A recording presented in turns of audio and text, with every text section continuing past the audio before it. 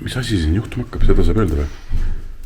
Ja me hakkame salvestama Saaremaa gümnaasiumi noortesaadet, esimest raadiosaadet.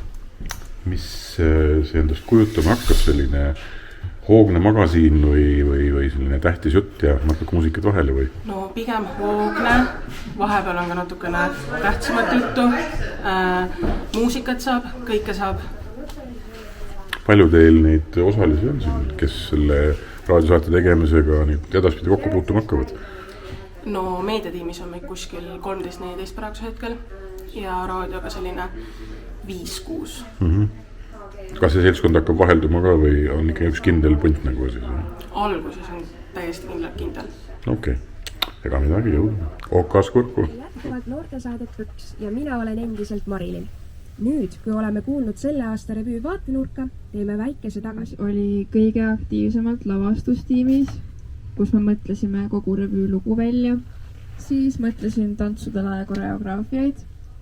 Aitasin niisama kaasa nii palju kui võimalik. Saarte Hääl, saarlaste päevaleht.